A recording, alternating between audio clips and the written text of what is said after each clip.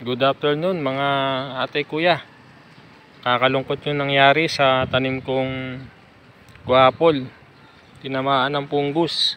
Oh, yung mo nangyari sa bunga. Oh, may mga puti-puti. Punggos to. Ito pa. Ang gaganda naman ng bunga nito, no? Bago umulan. Makikinis. Tapos eto, nabulok na. Hindi na lumaki, galing yan dun. Chinek ko rin, no? Ito, laki na. Harvesting ko na rin siguro to para mapakinabangan ko.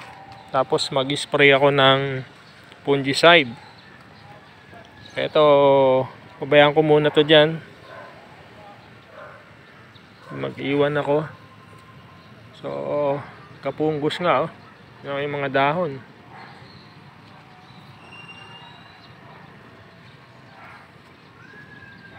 So, mag-spray ako ng fungicide. Kaya meron ako ritong fungicide, tsaka nilagyan ko na rin ng insecticide. I-spray natin dito sa bayabas na to, sa guapol. Sayang kung mamatay.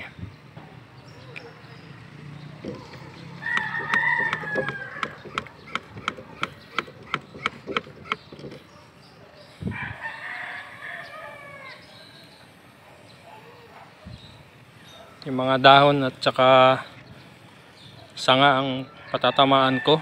Yung bunga hindi na muna hindi ko patatamaan kasi kakainin natin yan.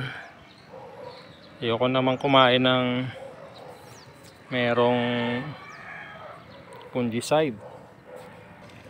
Damay na rin tong isa. Yung puno, ito talagang matindi ang tama nito. Kaya pala napansin ko na lalaglagan yung dahon nila. Yung pala tinamaan na ng punggos. Damay na rin natin to. Ito okay lang patamaan yung mga bunga, maliliit pa naman to. Para maagapan to.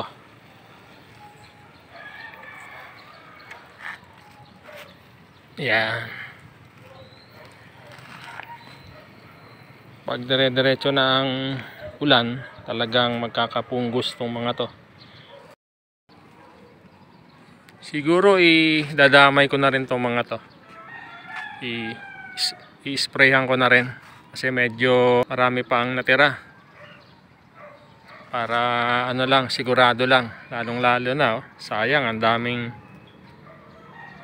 bunga.